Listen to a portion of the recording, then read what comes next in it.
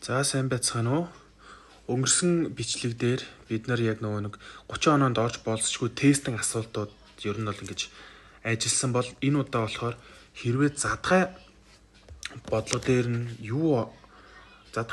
нь орж ирүүлээ яаж бодох вэ гэдэг талаар жишээ бодлого оруулаад тэрийг одоо бодох гэж байна. За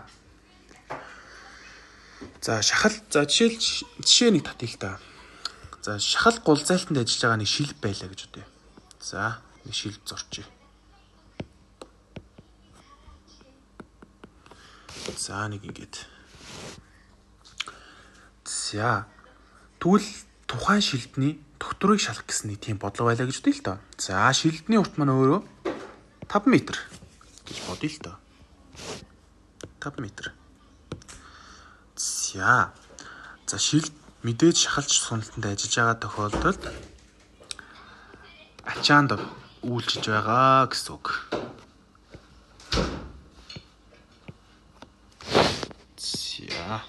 За нэг юм тооцооны ачаа үйлчилж байгаа. За тэгвэл тэр тооцооны ачаах нь утга нь за нэг 5.8 кН хуваахан метр. За мэдээж бидний урт маань өөрөө 5 м гэж байгаа шүү дээ. За эндээсээ дахиад дагуу хүчний дагуу за нэг 45 кН өгж байна гэж бодъё.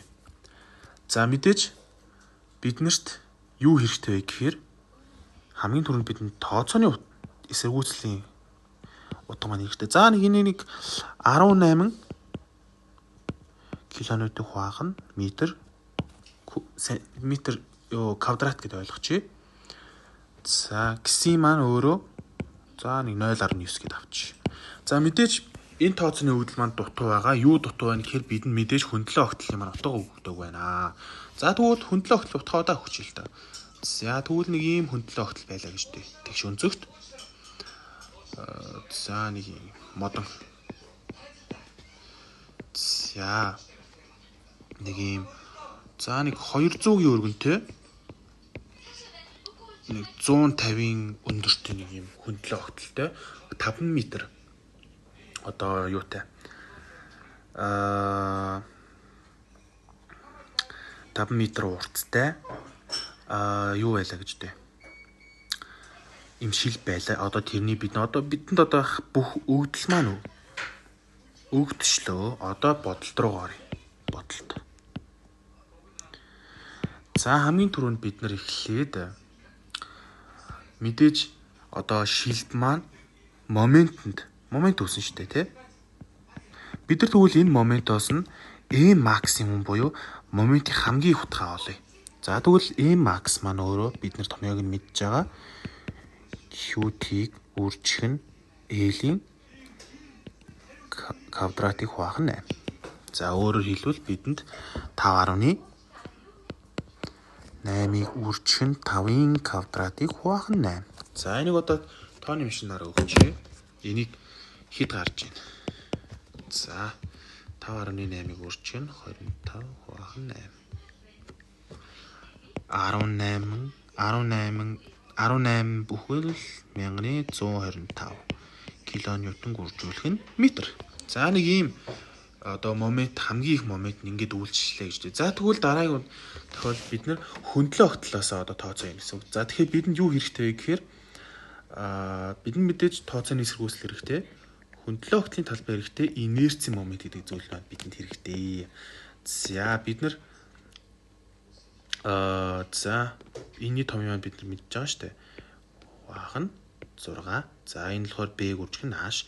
Энэ B-г үржих нь H-ийн кубыг хуваахан 12. За тус үрдэн утгыг нь олъё. За тус үрдэн утгыг нь олоход үржих нь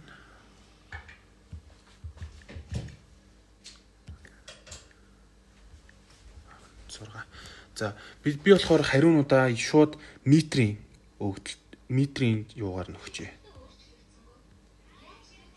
Тэгээд үзэхэд 0.75 метр куб болж байна.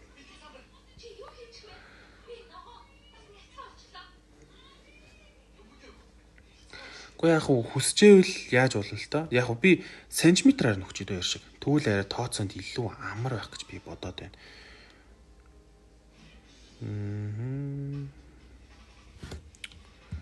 Тооцоонд илүү л амар л байна л да. Тэгэд энэ 750 см куб. За бид нар болохоор энийг нь бол мэдж байгаа. Хөндлөө талбайгаа угаасаа олж чадна. 300 см квадрат. За энэ маань өөрөө инерцийн момент одоо олъё.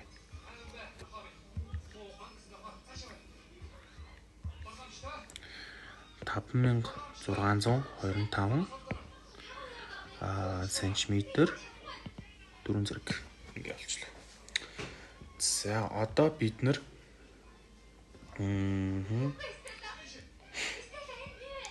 тогтворын тооцоогоо шууд эхэлж болно гэсэн үг. Бид нар хэрэгтэй утгуудаас дөнгөж сайхан тооцоолоод олчлоо. Тогтворын за бодолт дэд биччихье. За эхлээд Батбих. За бид нар Батбихийн тооцоог бол мэдж байгаа. За яг энийг арай муухай болчихлоо.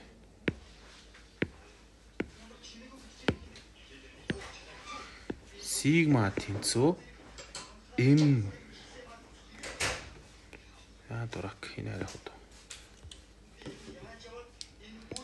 Энийг вагна А нэмэх нь МД-г эсэргүүцлийн момент нь нэмсэн утга нь мэдээж шахалтын тооцооны эсэргүүцлийн утгаас бага буюу тэнцүү байх ёстой. За тэгвэл МД болчихлоо. МД бол их энгийн бид нар дөнгөж сая моментын утгаа гисэдэ вагаал болоо. За бидний моментын утга чаа. Энийгээ бидүүлээ сантиметр руу шилжүүлчихье. Өөрөөр хэлбэл 100 дуржуулна гэсэн үг шүү дээ.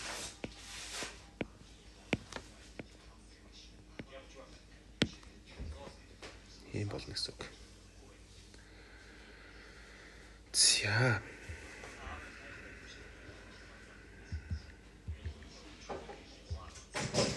Бид нар гисэгийн утга маань 0.9 гарсан юм байна. Тэгээд үзэхэд бид нар 2013.8 кН үржигэн сантиметр болж байна. За тэгвэл энэ юугаа одоо гяс хийдүүл олчих. Сигма тэнцүү одоо дагуу хүчний утга маань 45 юм байна. Хуваах нь бид нэр хөндлөө огтлын талбай маань 300 гэж гарсан. Нэмэх нь 2013.8-ыг хуваах нь тооцооны момент маань 750 гарчээ. За хэдүүлээ энийг олчих.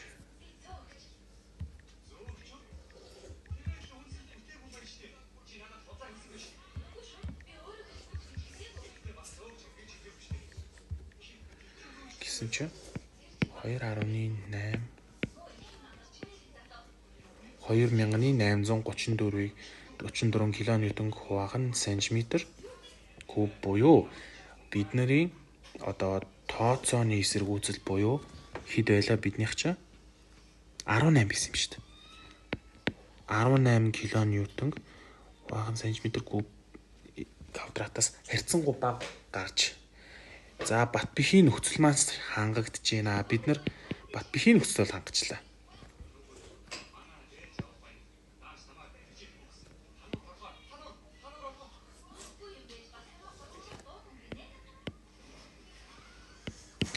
За бид нар Батбихийн нөхцөл хангажлаа. Одоо дараагийнх нь хотелтын нөхцөл гэж байгаа. Дурак. За өөрөөр хэлбэл бидний олох F гэсэн утга маань F максимумаас бага байх ёстой. Буюу бид нар F максимумаа за L-ийг хуваах нь 200-аар авчи. За ингээл авчи. Өөрөөр хэлбэл бидний чинь урт нь хэд вэ? Шилбэний урт маань 5 м юм байна. Өөрөөр хэлбэл 5 м-ийг хуваах нь 200 маань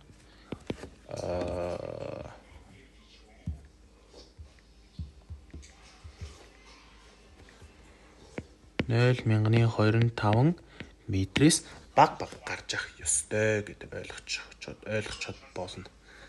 За бид нар одоо F энийг олчих л доо.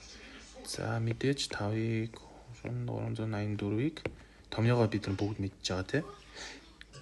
Q за яг Q утга бид нар за яг заавал ингэ шаардлагагүй л тийм.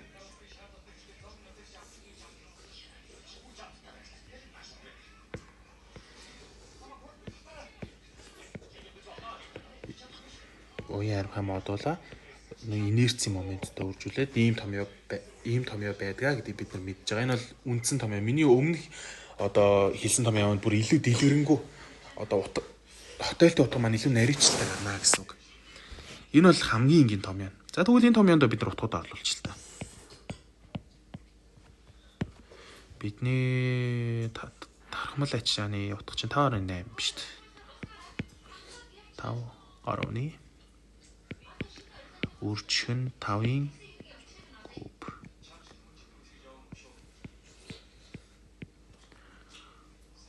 Үржих нь 3. Нөр 10,000 мегапаскал болохоор энийг одоо нөр евро 1 руугаа хөрвүүлээд ингэж гаргаж авсан шүү. За бидний юуны инерцийн момент маань нэг юм гэсэн 5,625. Гэхдээ энэ утга маань сантиметр байгаа гэдгийг анхаараа. Тиймээс бид нар метр рүү шилжүүлнэ гэсэн үг. Өөрөөр хэлбэл хасах 8-д ингэж үржүүлж өгнө гэсэн үг.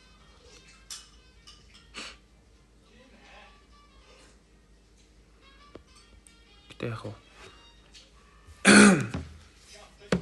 тэгсэн болгонд гүйцсэн болно л дөө. За тэгвэл яаж байгаа. Одоо тэгвэл энэ тооцоогоо хийдүүлээ яг одоо бодноо гэсэн үг.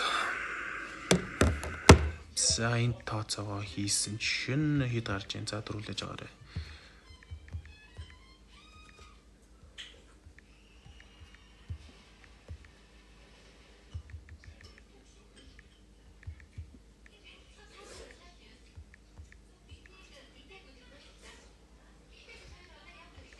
Үржих нь 10-ын хасах 8 гэж байна.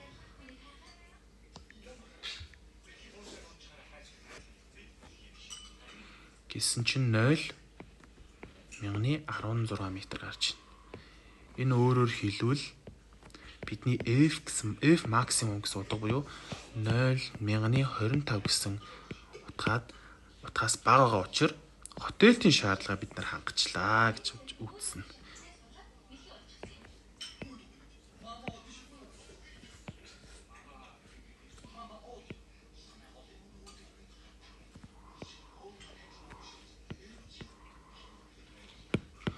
За бид нар ингээд нэг болон 2 дугаар бүлгийн тооцоо хийснээр ер нь бол Батбэх нь ийм тохиол хангаж гинэ гэж үзээд энэ бодолт маань дууснаа гэсэн үг.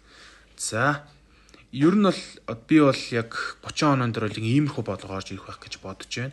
Тэгээд бодлого зохиогоод бодолтыг яг одоо энд орууллаа. За ингээд бэлтгэсэн бичлэгийг маань үзсэн та бүхэнд баярлалаа. 30 оноонд амжилт хүсье.